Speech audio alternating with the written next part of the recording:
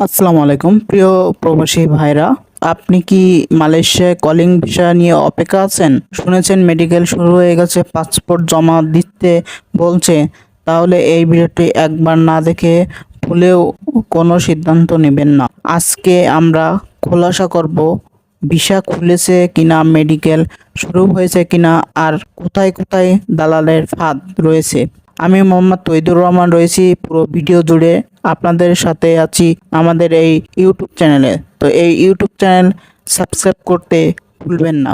Calling visa আসলে কি ও কেন গুরুত্বপূর্ণ?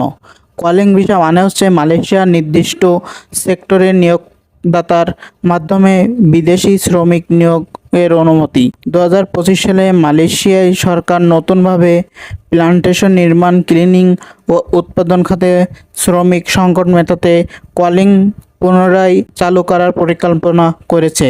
বিশেষ করে বাংলাদেশ, নেপাল, ইন্দোনেশিয়া সহ সোর্স কান্ট্রি থেকে বড় সংখ্যক শ্রমিক নিয়ে পরিকল্পনা থাকলেও এখনও পর্যন্ত কোনো ফাইনাল অফিসিয়াল ঘোষণার ভিত্তিতে কাজ শুরু হয়নি। বর্তমানে অবস্থা ও বিভ্রান্তি, তিন ধরনের গুজব এখন বাজারে ঘুরছে। এক, মালয়েশিয়া কলিং চালু হয়ে গেছে। 2, মেডিকেল শুরু হয়ে গেছে। 3, এখনো পাসপোর্ট জমা দিন। এই কথাগুলো কোনোটাই সরকারি ঘোষণার ভিত্তি নয়, বরং বিভিন্ন এজেন্সি ও দালাল চক্র নিজেরাই প্রচার করছে। অথচ এখনও পর্যন্ত বিএমইটি, মালয়েশিয়া হাই কমিশন বা G2G প্ল্যাটফর্মে এমন কোনো নোটিশ নেই। মেডিকেল প্রসেস নিয়ে বিভ্রান্তি, অনেকে বলছে ঈদের পর 15 দিন থেকে মেডিকেল শুরু হবে। ভাই, এটা শুধু একটি ধারণা, অফিসিয়াল তারিখ এখনো ঘোষণা হয়নি। কেউ আপনাকে বলে যদি মেডিকেলের জন্য টাকা যায়, বুঝে নিন সেটা প্রতারণা। যদি কখনো মেডিকেল শুরু হয়, সেটা আপনার বিএমইটি ও মালয়েশিয়ান হাই কমিশন ওয়েবসাইটে পাবেন। দালাল ও ফেক এজেন্সির ফাঁদ, এই সুযোগের কিছু দালাল চক্র আবার সক্রিয় হয়েছে।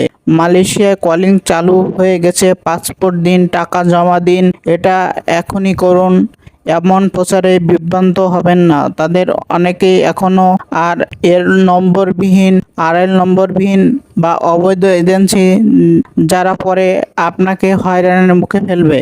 মনে রাখবেন, demand letter, authorize recruiting agency, BMET প্রক্রিয়ায় এই 3টি ছাড়া কোনোভাবে মালয়েশিয়া যাওয়া কথাও চিন্তা করবেন না।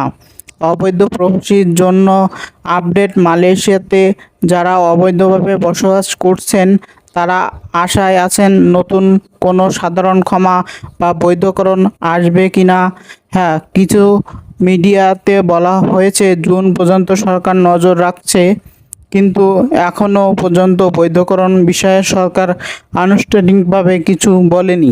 তবে ধরপাকড় চলমান, অনেকে ডিটেনশন সেন্টার আছে, জরিমানা দিয়ে ফেরত পাঠাতে হচ্ছে। সুতরাং অবৈধ থাকা এখন বেশি ঝুঁকিপূর্ণ।